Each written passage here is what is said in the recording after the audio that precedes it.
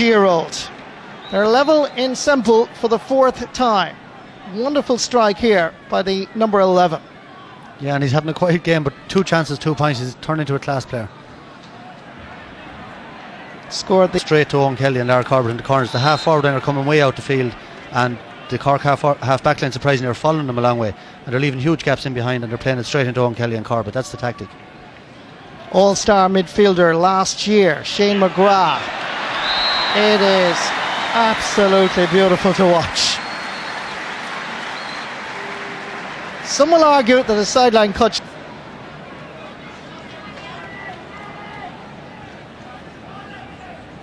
Brendan Cummins, 34 since the 11th of May, hoping before he retires to add another All-Ireland medal, perhaps a Munster Championship medal.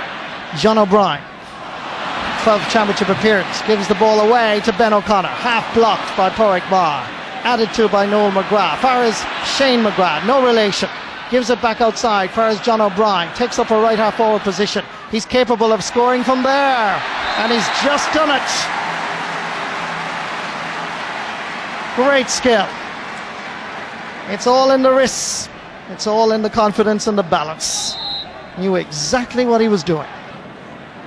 No, that's... He didn't just pick, he lifted it about 2 feet off the ground before he picked it. Nothing wrong. Nothing wrong with that, Mike. No, he picked the ball cleanly, yeah. I can't understand that one. Free is taken, Ronan Kern is underneath it. Who has it? John O'Brien lays it off, fires McGrath. After scoring the point from the sideline, he adds one from play. 14th championship appearance today. Former St. Flannan's star from Ennis is a player of rich potential. Wing towards Niall McCarthy, switching with himself and Timmy McCarthy in towards the full forward line that needs more possession. This ball floated in very high, so high that is there a touch there. Brendan Cummins, there's a bit of a scramble. The referee is blowing now his whistle, and he's going in to have a word, I'm pretty sure, with his umpires as Brendan Cummins is on the ground. There's the slither. Now he's going to have a word with his 2 umpires, I'm sure. Well done anyway. The free going to be taken by Ben O'Connor. He scored 4 times in this Munster Championship quarter-final. He now has 5.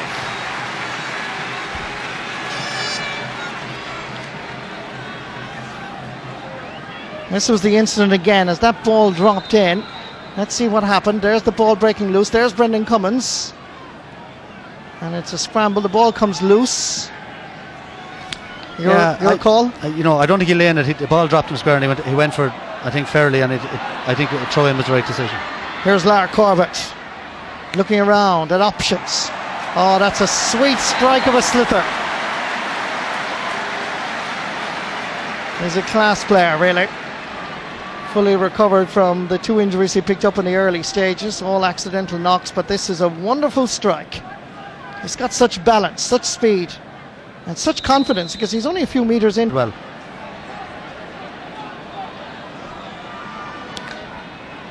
Brendan Cummins. Oh, that's a testing ball, and Donald Cusick got a touch to it. Comes out first, Micheál Webster.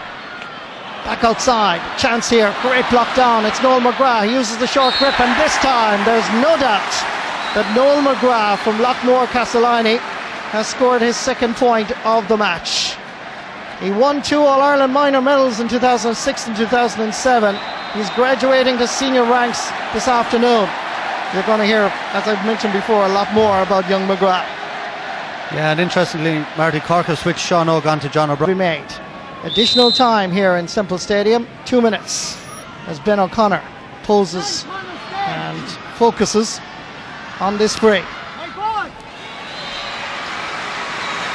Umpire is happy that it went over the bar. Tomas Mulcahy is here with us. Tomas, Cork haven't really flowed, but they're only 4 points down. No, I suppose those last 2 points there just before half time will upset Tipperary because going in at 6 6 points up at half time, you would say maybe they were in the driving seat, but it certainly has brought a bit more life back into Cork. Disappointing from the forwards' point of view. Ben O'Connor getting 2 points and playing Niall McCarthy getting the other one. That the forwards haven't certainly flowed, and if there was more worries, probably a bit in defence where the 2 cornerbacks are under pressure, and certainly we haven't seen that half-back trio of Gardner, Curran and O'Halpine in that first half period, which is a worry.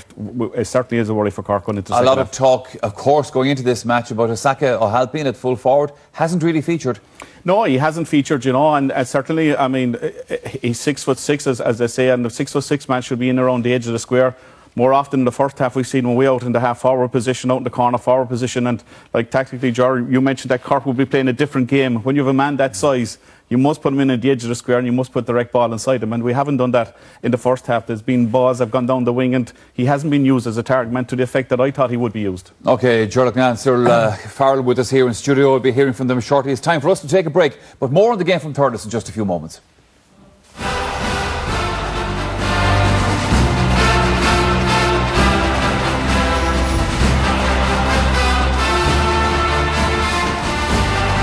At half-time by 4 points by Tip, and there is the list of scorers that we've had in the first half so far. Back here in studio we have Tomás Mulcahy, Ger Loughnane and Cyril Farrell with us. Ger, Claire will play the winners of this match. Any idea who it's going to be? Well, it's looking very like Tipperary at the moment because, you know, they're not playing with the same aggression or the same drive as they had against Kilkenny, and that's natural. You'd expect that after the big game like that. But they are playing with the very same tactics. That half forward line are moving way out the field. That full forward line are out 40 yards from their own goal. They're dragging the Cork half back line all over the place, from wing to wing. Now, how do you counteract it? That's the whole thing you have to look at. The first rule is backs must hold their line. The full back line must hold their line. The half back must hold their line. Now, when they did this to Kilkenny, what Kilkenny did was brought back Brown Chaffetz, put him into that gap in the centre, and they kept their wingmen way out on the wings, thus stopping from Tipperary from getting that loose ball that they're getting along the wing. Now, Sel will show you in a few minutes a lot of the points that came from that ball along the wing. Now, with the wing back absent, it's, you know, you're given a clear shot to the man with the ball to put it over the bar. So you must hold your line. You know, wing backs must stay there, and the midfielder must come back to cover that area. Now, as you said there, Naughton is ideal for that. Carl Naughton he has the engine for it. I don't think Shadi O'Connor has the engine for it anymore. Naughton is ideal for that, and it's an awful wonder that Cork have made that change already. In actual fact, Cyril, some of those things that Ger have been pointing up there would be even more pronounced if Tip had taken some of the early chances that they got, because they hit a lot of wides. But then when they started to find the target, they were really getting points. I won't say handy enough, but certainly some nice points. They had missed a few before this, Michael, and they're bound to come. Like here again, you can come back to what Ger said, a little flick out the side here. Now this is Seamus Callan, he's a good 65 yards out here on his left side, bang over the bar. Now it's a great score, like, and it's not in the backs and the inside line can do this. Again, you can see him here picking it up, and he's very good on the left hand side, left or right. He's a centre forward, he's kind of a modern centre forward. This again now is lovely ball in here. Now look at this little sharp pass here from McGrath, little flick across here. Back to Noel McGrath there from Shea in the midfield, and like that's a great score. Now Noel McGrath's playing wing forward, he's one of the new breed, and like it's a kind of a dangerous ball really, that little short little flick like that. Now in the end 1 or 2 of them went wrong and Cork got 2 points out, but when it goes over the bar it looks lovely. But Tip at this stage were in full flow. Here again now they're doing a lot of work as Ger says under the puck house. This is a great catch. Larry Corbett has been kind of winded early on, catch bang over the bar. The only thing that's kind of bothering when you're talking here at half time, Tip are scoring from outside. They really haven't threatened the goal. For Tip really to put Cork away, they're going to need a goal, because even though Cork aren't playing well, there's always a threat inside. Even just before the break there could have been a 21 in, or could have been the ref give a throw in, but anything can happen. When you're not pushing the team away, you could be still in trouble. That's always the danger, of course, when you're bringing out your forwards too very, very far. I mean, you are playing a game where you're going to score points. You're aiming to score, you're aiming to win by points, and then maybe aiming for one ball inside. Later on, when you've worn down the backs, maybe in the second half, then you'll run at them and go for the goal. But at the moment, they just want to open a gap on Cork. They have done that now. They've let Cork come into the game in the last 5 minutes.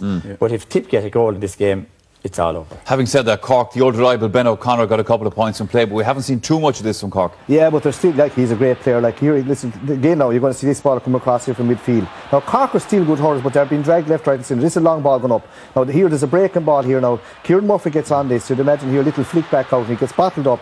back out to Ben O'Connor, be more misdeeds like even though Kieran Murphy hasn't been on the ball much, and he's fed Ben O'Connor back out. But the interesting thing there, Michael, was the man that was in the edge of the square that time was Kieran Murphy. It wasn't a Zaki, and it was a high ball that came in. Kieran Murphy was the man that had to go up for the ball, even though we did get a point out of it. I thought the play was to put Zaki in there, let Kieran Murphy wait for the break, which is then becomes a goal scoring chance. It ended up in a point, but tactically maybe just to put more high ball, but keep exactly on the edge of the square. This happened last year as well, you know.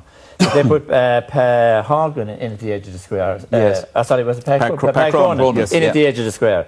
And they started putting high ball into him, and he was completely beaten out of it. Now, this year, it was certainly Saki was put in there. They'd be lobbing ball in on top of him, and then the other two corner forwards racing in for the break. But it's just not happening. Your former colleague, Dennis Walsh, the Cork manager, would like a look at our little Piero that we're going to show the viewers right now to point out a couple of things to him about the way they've tactically played this first half. Yeah, worryingly, I suppose, in the first half period is the amount of players, Cork players, that have actually been sucked into a central position and they haven't kept their positions, particularly, I mean,